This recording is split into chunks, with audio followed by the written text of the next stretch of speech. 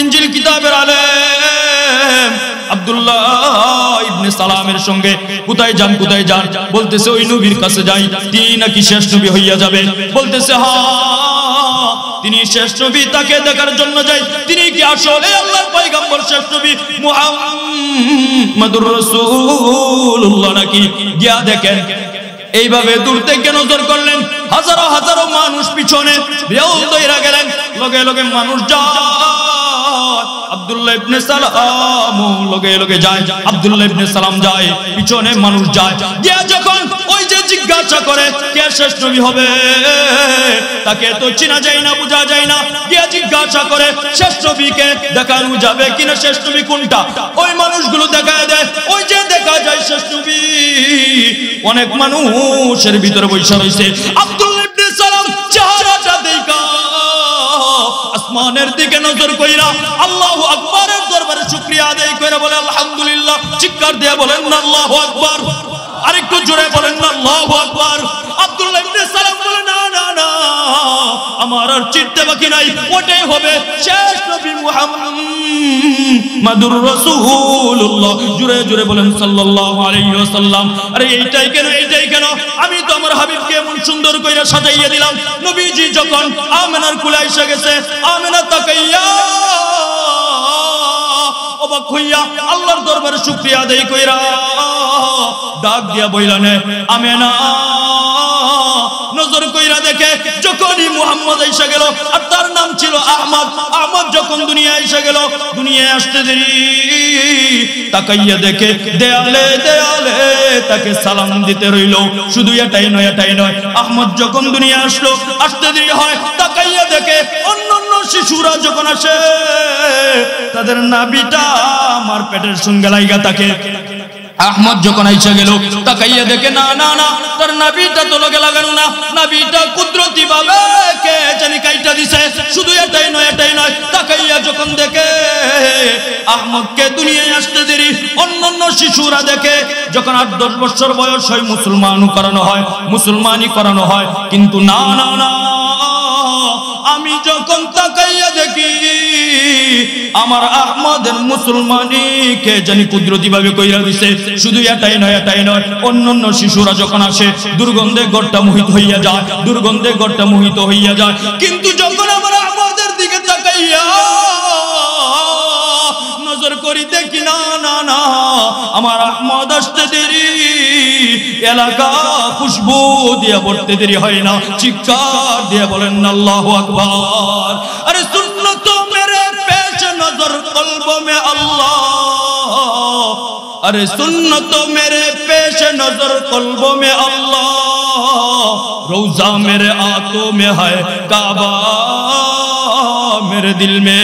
আমার নবী সিরাত কেমন ছিল, আরে সুরাত কেমন ছিল। আমেনা তাকাইয়া দেখে অন্যান্য শিশুরা উলঙ্গ অবস্থায় আসে, আমার আহমদ যখন আসলো তাকাইয়া দেখি আমার আহমদ প্যান্ট পরা অবস্থায় আসছে। চিৎকার দিয়ে বলেন আল্লাহু আকবার। আরে নাম ছিল আহমদ, আমার নবী যখন ওই আল্লাহর সঙ্গে দেখা করতে গেল, আল্লাহর সঙ্গে দেখা কইরা একসঙ্গে বসলো, জান্নাত জাহান্নাম ভ্রমণ কইরা একসঙ্গে দুইজনে বৈশা, একজন আশিক আর একজন মাশুক জিজ্ঞাসা করে আল্লাহ কুরআনুল কারীমের মধ্যে আদমকে আদম সফিউল্লাহ বলে ডাক দিছো, আরে মূসাকে মূসা কালিমুল্লাহ বলে ডাক দিছো, ইব্রাহিমকে ইব্রাহিম খলিলুল্লাহ বলে ডাক দিছো, ঈসাকে ঈসা রূহুল্লাহ বলে ডাক দিছো, আমারে কি নাম দিয়া ডাক দিছো? চিৎকার দিয়া বলে আরে তোমারে তো এক দুইটা নাম দিয়া ডাক দেই নাই, তোমার নাম আহমদ দিয়া কুরআনুল কারীমের মধ্যে ডাক দিছি। শুধু এটাই নয় মুহাম্মদ বলে ডাক দিছি, মুহাম্মাদুর রাসূলুল্লাহ। তোমার নাম দিয়ে দিছি ইয়াসিন, আমি এই নামে একটা সূরা নাযিল কইরা দিলাম। আরে তোমার নাম দিছি মুজাম্মিল, ওই নামে একটা সূরা নাযিল কইরা দিলাম। আরে তোমার নাম দিছি তাহা, ওই নামে একটা সূরা আমি আল্লাহ তাআলা নাযিল কইরা দিলাম। নাম দিছি হামিম, ওই নামে আমি আল্লাহ তাআলা সূরা নাযিল কইরা দিলাম। চিৎকার দিয়ে বলেন না আল্লাহু আকবার। এই জন্য আমার নবীর দিকে তাকাইয়া দেখে আরে খুশবুতে মোহিত হইয়া যায়, খুশবুতে যখন মোহিত হইয়া যায় ডাক দিয়া বলেন না না না, আমার আহমদ যখন আসলো আমি আহমদের দিকে তাকাইয়া দেখি, আহমদের চুলটার দিকে তাকাইয়া দেখি আহমদের চুলটাও প্রশংসিত। আহমদের যখন কপালের দিকে নজর করি, কপালের দিকে তাকাইয়া দেখি কপালটাও প্রশংসিত। প্রশংসিত আরবিতে বলে মুহাম্মদ। আর যখন ব্রুদের দিকে তাকাইয়া দেখি ব্রুটাও প্রশংসিত। কানের দিকে তাকাইয়া দেখি আমার আহমদের ছোট্ট বালকটার কানটাও প্রশংসিত।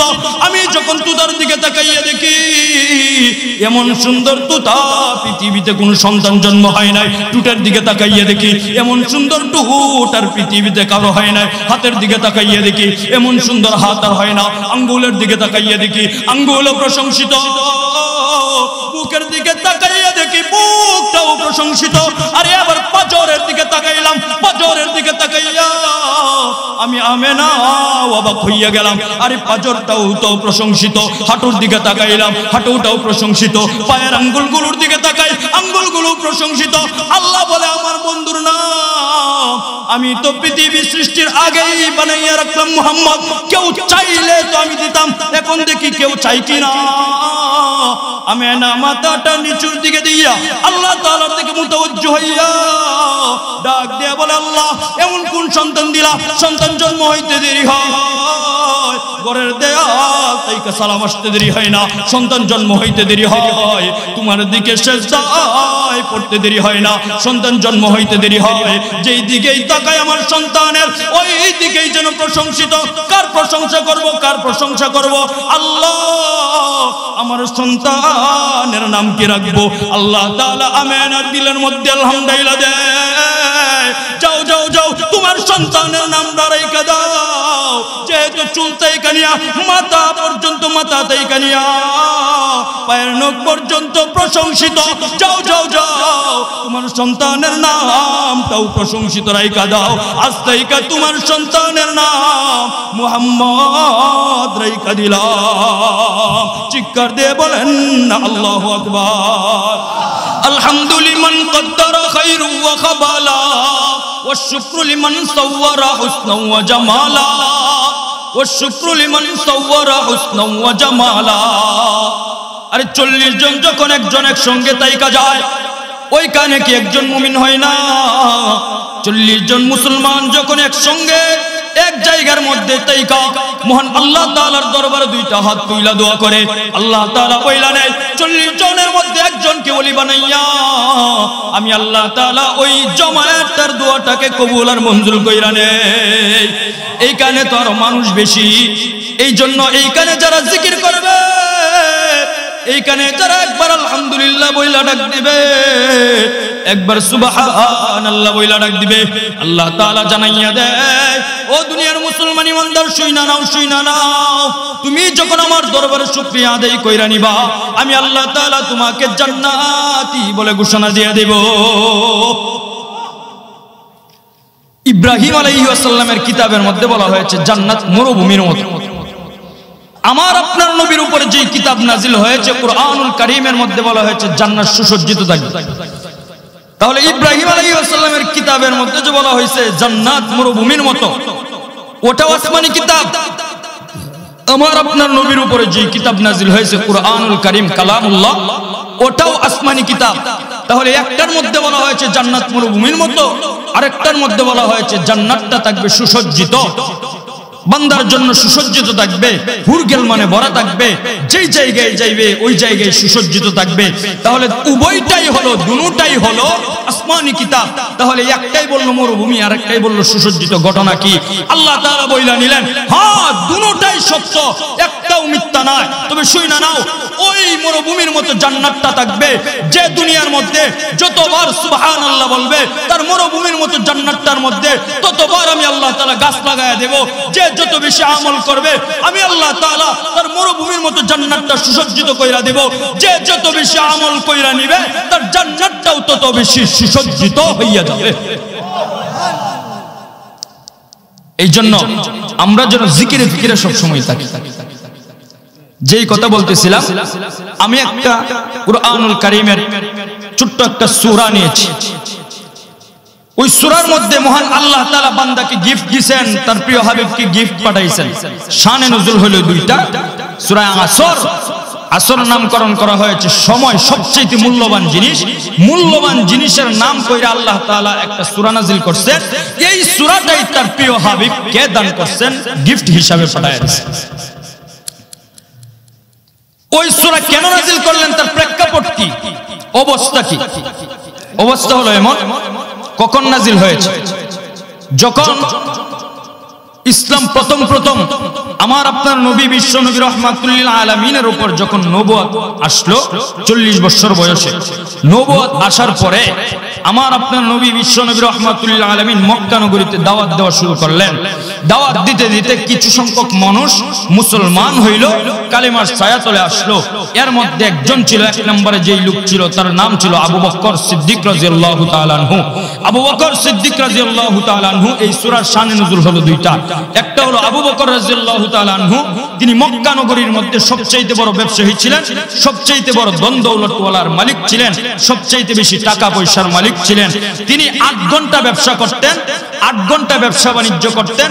আর যখন কালেমার ছায়া চলে আসলেন তখন তিনি 4 ঘন্টা রাখলেন ব্যবসার কাজের জন্য, আর 4টা ঘন্টাকে তিনি দ্বীনি দাওয়াতের জন্য রেখে দিলেন, ইসলাম প্রচারের জন্য রেখে দিলেন। আমি একটা কথা প্রথমেই বইলা নেই, যে যেটাকে চিনেছে মূল্য দিয়া কিনেছে, যে যেটাকে চিনে নাই সস্তা দিলেও কিনে নাই।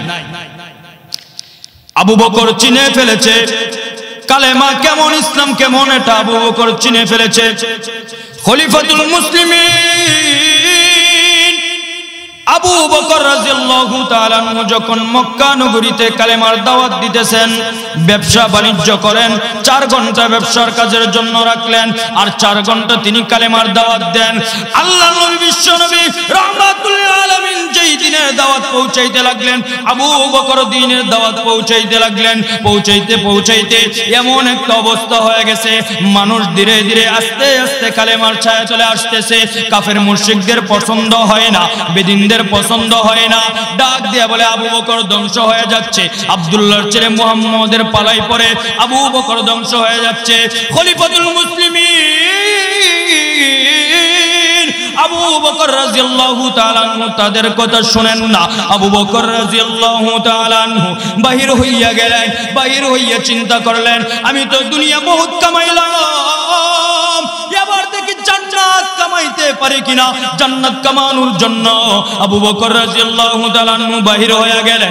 বাহির হইয়া এবার চিন্তা করলেন, যে 4 ঘন্টা আমি ব্যবসার কাজের জন্য রাখলাম, ওই 4টা ঘন্টাকে আমি আবার সংক্ষেপ করে দিব। 4টা ঘন্টার ভিতরে আমি 2টা ঘন্টা ব্যবসার কাজের জন্য রাখবো, আর 6 ঘন্টা আমি আবু বকর ইসলামের জন্য রেখে দেব, কালেমার দাওয়াত দেওয়ার জন্য রেখে দেব। কালেমার দাওয়াত 6 ঘন্টা পৌঁছাইতেছেন। আসলে যার কাছে যেটা ভালো লাগে সে সেটাই করতে পছন্দ করে। খলিফাতুল মুসলিমিন আবু বকর রাদিয়াল্লাহু তাআলা আনহু যখন ওইভাবে দিনের দাওয়াত পৌঁছাইতে লাগলেন, পৌঁছাইতে এক মুহূর্তে তিনি চিন্তা করলেন, ব্যবসা বাণিজ্য বহু করলাম, টাকা পয়সা বহুত কামাইলাম, আর কামাবো না। এবার দেখি ব্যবসাটা ছেড়ে দেব, এবার দ্বীনি দাওয়াতের পিছনে লেগে পড়বো। যে যেটা চিনেছে মূল্য দিয়ে কিনেছে, যে যেটা চিনে নাই সস্তা দিলেও তা কিনে নাই। আবু বকর চিন্তা করলো, না না না, কালেমার মূল্য অনেক, এবার আমি দাওয়াত দিতে থাকি, কালেমার দাওয়াত দিতে থাকি, ব্যবসা বাণিজ্য ছেড়ে দিলাম। যখন ব্যবসা বাণিজ্য ছেড়ে দিলেন, মক্কা নগরীতে ছোট্ট ছোট্ট বাচ্চারা আবু বকর যেই দিক দিয়েই যায়, ছোট্ট ছোট্ট বাচ্চারা ওই দিক দিয়ে খেপাইতে থাকে, চেতাইতে থাকে। আবু বকর রাদিয়াল্লাহু তাআলা আনহুর তখন মনটা খারাপ হয়ে যায়, কি ব্যাপার যেই দিক দিয়ে যায় ওই দিক দিয়ে ছোট্ট ছোট্ট বাচ্চারা পর্যন্ত আমাকে ওই কথা বলে। আবু বকর ধ্বংস হয়ে যাচ্ছে, আবু বকর বিপদের মধ্যে পড়ে যাবে, আবু বকরের মাথা নষ্ট হয়ে গেছে। আমার আপনার নবী বিশ্ব নবী রাহমাতুল আলামিনের কাছে খলিফাতুল মুসলিমিন আবু বকর রাদিয়াল্লাহু তাআলা আনহু গিয়া যখন ওই কথা বলতে লাগলেন, আমার আপনার নবী বিশ্ব নবী রাহমাতুল আলামিন বললেন, আমিও তো এই চিন্তা করতেছি, আমাকে তো মানুষ এইভাবে খেপাইতে লাগলো, চেতাইতে লাগলো, আট করে বলতে লাগলো, না এইভাবে আর চলে যায় না, এক একসঙ্গে বৈশা খলিফাতুল মুসলিমিন আবু বকর রাদিয়াল্লাহু তাআলা আনহু দুইজনে একসঙ্গে বৈশা যখন মনটা খারাপ হইয়া যায়, দুজনের চোখ দিয়া জর্জর করে পানি আসে। মহান আল্লাহ তাআলা জিবরাইল আলাইহিস সালামকে বলেন, জিবরাইল আমার হাবিবের মনটা খারাপ হইয়া যাবে, আমি আল্লাহ তাআলা সহ্য করতে পারবো না, যাও যাও যাও আমার হাবিবের কাছে গিফট কানা পাঠাইয়া দাও। কি গিফট পাঠাইবা? দুনিয়ার মধ্যে সবচাইতে দামি যেই বস্তুটা, ওই বস্তুর কসম খাইয়া আমি আল্লাহ তাআলা আমার বন্ধুর কাছে গিফট পাঠাইয়া দিলাম। কি গিফট পাঠাইলেন? সবচাইতে দামি হলো সময়। যেই সময় তুমি 3 দিনের প্ল্যান প্রোগ্রাম কইরা রাখলা, 3 দিনের প্ল্যান প্রোগ্রাম করার পরে মহান আল্লাহ তাআলা যদি অর্ডার দিয়ে দেয়, বাদশা সাজ্জাদের মতো এক পা থাকবে গুড়ার উপরে, আর এক পা থাকবে বাদশা সাজ্জাদের বানানোকৃত জান্নাতের মধ্যে। ফকির গিয়া যদি আজরাইল ফকিরের বেশে গিয়া যদি আল্লাহর হুকুমে বইলানে সাজ্জাদ না, ওই ট্যাঙ্কা তুমি আর নামাইতে পারবে না, ওই পার গুড়ার উপর থেকে নামাইতে পারবে না। ওই সময় যদি বইলানে যাও, আল্লাহর হুকুমে তোমার জানটা কবজ কইরা নেওয়ার জন্য আল্লাহ হুকুম দিয়ে দিয়েছে, সঙ্গে সঙ্গে শেষ হয়ে যাবে।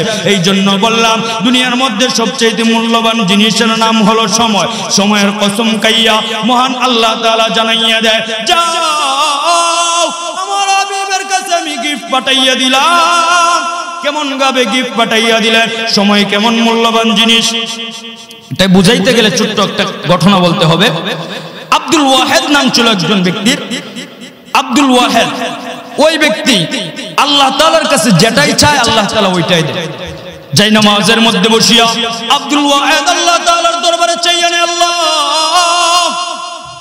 আমি তো যেটাই চাইলাম ওটাই হইয়া গেল, যেটাই চাইলাম এটাই পাইলাম, আমার জান্নাতের বন্ধু কে হবে?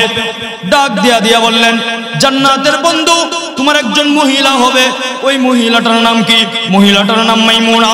বলতেছে তাকে তো দেখতে হয়, কেমন না জানি কেমন সুন্দরী হবে, আমার জান্নাতের বান্ধবী হবে, জান্নাতের সঙ্গিনী হবে, না জানি কেমন সুন্দর হবে। মহান আল্লাহ তাআলা ডাক দিয়ে বললেন, না না না, তোমার জান্নাতের যেই মহিলাটার কথা বলতেছো মাইমুনা, ওই মাইমুনা সুন্দরী হবে না। মাইমুনার বাড়ি কোথায় জানো নে? বলতেছে না জানি না।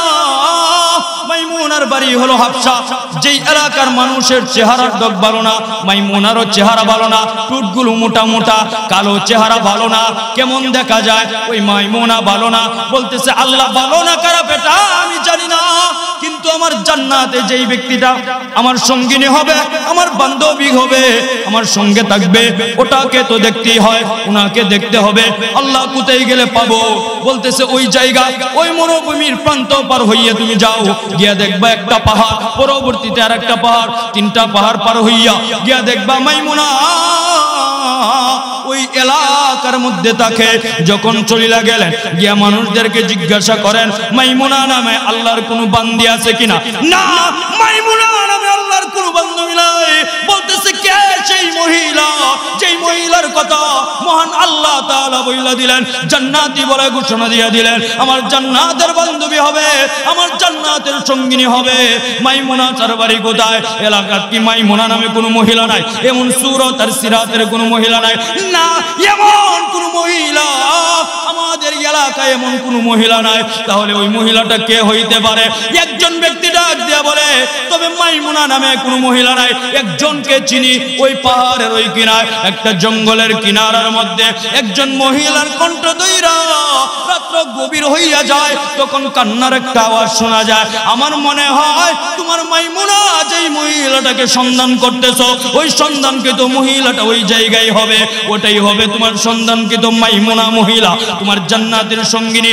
যাও যাও দেখা কইরা আসো। আমি তো ওই জায়গাটা চিনি না, আমাকে চিনাইয়া দেন, চিনাইয়া দেন। না না না, ওই জায়গা আমি চিনাইতে পারবো না, আর ওই জায়গায় আমি নিতে পারবো না। কার জন্য নিতে পারবেন না? আপনি কি চিনেন না? বলতেছে হ্যাঁ চিনি। ওই জায়গায় মানুষ যাইতে পারে না, বনের হিংস্র প্রাণীগুলো ওই জায়গায় থাকে, ভয়ঙ্কর সাপগুলো থাকে, বিষাক্ত সাপগুলো থাকে, নেকড়েগুলো থাকে, হায়নাগুলো থাকে, ওই জায়গায় যাওয়া যায় না। আপনার যদি ইচ্ছা হয় পাহাড়ের উপরে উঠে আপনার ওই জান্নাতের সন্ধান কিন্তু মহিলা মাইমুনাকে দেখে আসেন। ডাক দিয়া বললেন না, আপনারা না যাইতে পারেন, কিন্তু আমার জান্নাতের মহিলাটা মাইমুনাকে আমার দেখতে হবে। ওই ব্যক্তি একাই রওনা দিয়ে দিলেন। এক পাহাড়ে উঠলেন, দেখা যায় না, আরেক পাহাড়ে উঠলেন, দেখা যায় না। 3 নম্বর পাহাড়ের মধ্যে যখন মাইমুনার জন্য উঠে গেলেন, ওইটা দেখে আল্লাহর একটা বান্দি, তার চেহারার কোনো ডক নাই, ঠোঁটগুলো মোটা মোটা। ওই একজন মহিলা কিবলামুখী হইয়া রব্বে কাবার দরবারে সিজদায় পইরা মহান আল্লাহ তাআলার কাছে কান্না করতেছে। তখন অপেক্ষায় রইলেন ওই মহিলাটা কেমন, একবার তার গলার আওয়াজটা শুনি, তার সঙ্গে কথা নি বলতে পারি, দেখানো যায়। অবাক হইয়া গেলেন যখন নজর কইরা দেখে মাইমুনা যখন সিজদায় পইরা আল্লাহর কাছে চাইতেছে। এবার আব্দুল ওয়াহেদ নজর কইরা দেখে বিস্ময়কর ঘটনা, বিস্ময়কর ঘটনা, আশ্চর্যজনক ঘটনা। মাইমুনা একা সিজদা দেয় না, মাইমুনার পিছনে মাইমুনার কিছু ছাগলগুলো ছিল, ওই ছাগলগুলা দেখে মাইমুনার পিছনে পিছনে ঘাস খাইতেছে। এবার নজর কইরা দেখে আব্দুল ওয়াহেদ দেখে মাইমুনার সিজদার মধ্যে, আর মাইমুনার ছাগলগুলো ঘাস খাইতেছে। নজর কইরা দেখে চতুর্দিক দিয়া জঙ্গলের হিংস্র বাঘগুলো মাইমুনাকে আর মাইমুনার ছাগলকে পাহারা দিয়া দেয়। চিৎকার দিয়ে বলেন না আল্লাহু আকবার, আর একটু জোরে বলেন না আল্লাহু আকবার। এবার মাইমুনা নামাজটা শেষ করিয়া উকি দিয়া দেখে একজন যুবক আমার দিকে নজর করে রয়েছে। এবার ডাক দিয়া বলে, তুমি এইখানে কেন আসলা? ডাক দিয়া বললেন, আমি তো আসছি আপনার সঙ্গে দেখা করার জন্য, আপনি নাকি আমার জান্নাতের বান্ধবী হবেন। ডাক দিয়া বলে, আব্দুল ওয়াহেদ তোমাকে চিনতে আমি ভুল করি নাই, তবে শুইনা নাও, শুইনা নাও। ও আব্দুল ওয়াহেদ, তুমি এইখানে কেন আসলা? তোমার সঙ্গে তো আমার জান্নাতে দেখা হওয়ার কথা, এইখানে কেন আসলা? ডাক দিয়া বললেন, এই মাইমুনা, তুমি তো আমার চিনার কথা না, তুমি তো আমার চিনার কথা না, দেখার কথা না, তুমি আমার চিনলা কেমন কইরা? ডাক দিয়া বললেন, আমি আপনাকে চিনতে ভুল করি নাই। মহান আল্লাহ তাআলা যখন রূহগুলোকে, সমস্ত পৃথিবীর যত মানুষ আছে, পৃথিবী সৃষ্টি করার আগ পর্যন্ত, আগ থেকে নিয়ে পৃথিবী ধ্বংস হওয়ার আগ পর্যন্ত যত মানুষ দুনিয়াতে আসবে, সকলের রূহটাকে একসঙ্গে বানাইয়া একটা প্রান্তরের মধ্যে কইরা মহান আল্লাহ তাআলা মাঠ বানাইয়া মাঠের মধ্যে যখন একসঙ্গে করলেন, সমস্ত রূহগুলো একসঙ্গে হইয়া গেল। মহান আল্লাহ তাআলা মঞ্চ করলেন, মঞ্চের মধ্যে মহান আল্লাহ তাআলা বৈশা আল্লাহ তাআলা ডাক দিয়া বলেন, আলাস্তু বিরাব্বিকুম, আমি কি তোমাদের রব নয়? আমি কি তোমাদের রব নয়? ওই সময় আমরা সকল রূহ একসঙ্গে জবাব দিয়া বলেছিলাম, ক্বালু বালা, হা হা হা, আপনি তো আমাদের রব, আপনি আমাদের রব। ওই সময় এই আব্দুল ওয়াহেদ, আমি মাইমুনার রূহটার সামনে, তুমি আব্দুল ওয়াহেদের রূহটা ছিল। ওই সময় যে একবার তোমাকে দেখেছিলাম, আজ পর্যন্ত আমি মাইমুনা, তুমি আব্দুল ওয়াহেদকে ভুলি না। এই জন্য ডাক দেয়া বললেন, এবার ডাক দেয়া বললেন মাইমুনাকে, আপনার সঙ্গে একটু কথা বইলা নেই, যেহেতু আপনি আইসা পড়ছেন, আপনার সঙ্গে একটু কথা বইলা নেই। ডাক দেয়া বললেন, না না না, আমার সময়ের বহুমূল্য, আমি আপনার সঙ্গে কথা বলতে পারবো না। আল্লাহ না জানি কোন সময় ডাক দেয়া দেয়, ওই সময় যদি আল্লাহর দরবারে সিজদারত অবস্থায় না থাকি, আল্লাহর দরবারে কি জবাব দিয়ে দেব? দেখেন আব্দুল ওয়াহেদকে কি বলে, ওই সময় বইলা নিলেন, চলে যাও, আমার সময়ের বহুমূল্য, 1 সেকেন্ডের বহুমূল্য আমার। যারা সময় চিনেছে, সময় তাকেই মূল্যায়ন করেছে, যে সময়কে চিনে নাই, সময় তাকে কখনো মূল্যায়ন করে নাই। সময় যে সময়কে চিনেছে, তাকে সময় মূল্যায়ন করেছে। এই যে আমাদের বাংলাদেশের একজন আইডল মিজানুর রহমান আজহারি, ডক্টর মিজানুর রহমান আজহারি সময়কে বহু মূল্যায়ন দিয়েছেন। এই জন্য সময় আজকে তাকে মূল্যায়ন করে, সমাজের মানুষ তাকে আজকে মূল্যায়ন করে। তুলনা দেয় মিজানুর রহমান আজহারি সাহেবের সাথে, তুলনা দেয় গিয়াসউদ্দিন তাহিরের মাহফিলের মধ্যে বিশাল মানুষ দেখেন, আর মিজানুর রহমান আজহারির মাহফিলের মধ্যে কতগুলো মানুষ। আরে আগারতলায় উগারতলায় তুলনা দিলে কোনো লাভ হবে না। আরে একজন ব্যক্তি যখন বাউল গান গায়, তাহিরি নামক ব্যক্তিটা বাউল গানের মধ্যে আগে লিপ্ত ছিল। যখন দেখতেছে বাউল গানের মাঠ দুর্বল হয়ে যাচ্ছে বাংলাদেশের মধ্যে, মাহফিলের মাঠ উঠতেছে, মানুষ এখন দ্বীনি কথা পছন্দ করে, কুরআনের কথা পছন্দ করে, হাদিসের কথাকে গ্রহণ করে, এখন চিন্তা করতেছে বাউল গান গায়ে তো হানা লাভ নেই, টিয়া পয়সা পাওয়া যেত না, মার্কেটে পাওয়া যেত না, বাউল গান ছাইড়ে দেই। বাউল গান ছাইড়ে যে লইল কি মাহফিলের মধ্যে নানা মানা লইল, মাহফিলের মধ্যে ডং লইছে, নানা মানা লইছে। এই মাহফিলের মধ্যে নানা মানা হবে, যে বেটা সবচেয়ে বেশি নানা মানা হতে এই বেটার তো মানুষ যা, এই বেটার তো মানুষ যা। আর যায় কারা? যারা কিছু আনবো, দিলের খোরাক আনবো, যারা যারা আমল করবো, এমন আমল বলা ব্যক্তি হের মাহফিলও যায় না। কোনো আনতাম তো না তো কোনো কিছু, হের মাহফিলতে গিয়া কোনো লাভ নাই, হের মাহফিলও গিয়া, তাহেরির মাহফিলও গিয়া। আগে বাউল গান গাইতো, বাউল গানের মাঠ কারা ভনায় আসছে ওয়াজের মঞ্চের মধ্যে। এই বেটা এই বেটার লোকের তুলনা দেয়, আগারতলায় উগারতলায় তুলনা দিয়ে কোনো লাভ নাই। সময়কে মূল্যায়ন করতে হবে। মহান আল্লাহ তাআলা প্রিয় হাবিবের কাছে সময় যে সবচেয়ে মূল্যবান, সময়ের নামে সূরা দিয়া মহান আল্লাহ তাআলা হাবিবের কাছে পাঠাইয়া দেয়, যাও জিবরাইল আমার হাবিবের কাছে সূরা কানা নাজিল কইরা দাও, সূরা কানা আমার হাবিবের কাছে গিফট নিয়ে যাও। গিফট যখন নিয়ে গেল, গিফট নিয়ে যাওয়ার পরে সঙ্গে সঙ্গে গিফট নিয়ে যাওয়ার পরে দেখে মুস্কি মুস্কি জিবরাইল আসে। জিবরাইল মুস্কি মুস্কি হাসে। আমার আপনার নবী বিশ্ব নবী রাহমাতুল লিল আলামিন কান্না করে। ওই দিক দিয়ে আবার নজর কইরা দেখে আবু বকর কান্না করে, নবীজিও কান্না করে। ওই দিক দিয়ে আবু বকর কান্না করে, আর ওই দিক দিয়ে জিবরাইল হাসে। মহান আল্লাহ তাআলা ডাক দিয়া বললেন, জিবরাইল এবার না শোনাইয়া দাও। আর আমার আপনার নবী বিশ্ব নবী রাহমাতুল লিল আলামিন জিবরাইলকে ডাক দিয়া বলেন, জিবরাইল তোমার হাসিটা এখন আমার পছন্দ হয় নাই, এখন তো মস্কারির সময় নাই, মনটা খারাপ হইয়া গেছে। আমার সাহাবী আবু বকরের মনটাও খারাপ, আমারও মনটা খারাপ, যাও যাও যাও এই কান থেকে চইলা যাও। ওই সময় চিৎকার দিয়া বইলা দেয়, এই সময় হাসি দিয়া বইলা দেয়, ওগো নবীজি আপনার মনটা খুশি করার জন্য মহান আল্লাহ তাআলা আপনার কাছে দুনিয়ার সবচাইতে মূল্যবান, সবচাইতে দামি একটা গিফট পাঠাইয়া দিছে। আরে গিফটটা কি শুনাইয়া দাও।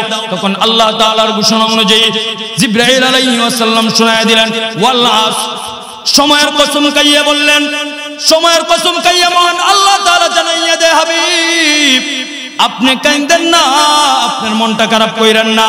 ইন্নাল ইনসানা লাফি খুসর, সমস্ত মানুষ ধ্বংসের ভিতরে। এই কথা যখন বললেন, আমার আপনার নবী বিশ্ব নবী রাহমাতুল লিল আলামিনের মনটা খারাপ হইয়া গেছে। ওই দিক দিয়ে আবু বকরের মনটাও খারাপ হইয়া গেছে। কি বলে সমস্ত মানুষ ধ্বংসের ভিতরে, তার মানে যারা কালেমা গ্রহণ করছে তারাও কি ধ্বংসের মধ্যে? জিবরাইল আলাইহিস সালাম ডাক দিয়ে বললেন, না, তারা ধ্বংসের ভিতরে নাই। যাদের ভিতরে চারটা গুণ থাকবে তারা কখনো ধ্বংসের ভিতরে থাকবে না। এক নম্বর কি শুনাইয়া দাও। এক নম্বর ইল্লাল্লাযিনা আমানু, যাদের ভিতরে ঈমান থাকবে তারা কখনো ধ্বংসের ভিতরে থাকবে না। এখন বুঝতে হবে, জানতে হবে ঈমান কয় জিনিসের নাম, ঈমান কোথায় রাখে, ঈমান কি বুকের ভিতরে রাখে, মুখের ভিতরে রাখে না লগে নিয়ে ঘুরে, ঈমান কোন জায়গায় রাখতে হয়, ঈমান কয় জিনিসের নাম, ঈমান 6 জিনিসের নাম। এক নাম্বার হলো আমানতু বিল্লাহি, এক নাম্বার আল্লাহকে বিশ্বাস করতে হবে একত্ববাদে। আল্লাহকে কয়ভাবে বিশ্বাস করতে হবে? আল্লাহর সঙ্গে কেউকে শিরিক করা যাবে? জুড়ে বলেন, শিরিক করা যাবে? এই যে মাত্র আজকের সময় উপযোগী একটা আলোচনা, আর মাত্র রয়েছে বাকি আছে কয়েক মিনিট সময় বাকি আছে। 31st নাইট আল্লাহর সঙ্গে শিরিক করা যাবে না। কি করা যাবে না? শিরিক করা যাবে না। 31st নাইটের আর কিছুক্ষণ সময় বাকি আছে। আজকে 31 তারিখ ডিসেম্বর মাসের। হাজারো হাজারো মুসলমান যুবক নাম মাত্র কালেমা যাদের ভিতরে আছে, তারা ফটকাবাজি করতেছে। আসলে মূলত বিষয় হলো আল্লাহর সঙ্গে শিরিক করা যাবে না।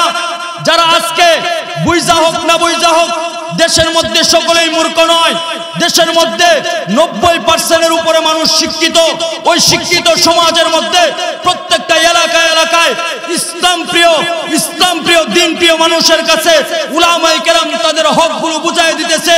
উলামায়ে কেরাম মাহফিলের মধ্যে ওয়াজ করতেছে, বয়ান করতেছে, শিরক করা যাবে না, ওই কাজ করা হারাম, ওই কাজ করা হালাল, এটা করেন ওইটা কইরেন না, এটা করলে ভালো হবে, ওইটা করলে মন্দ হবে, উলামায়ে কেরাম বুঝাইতেছেন।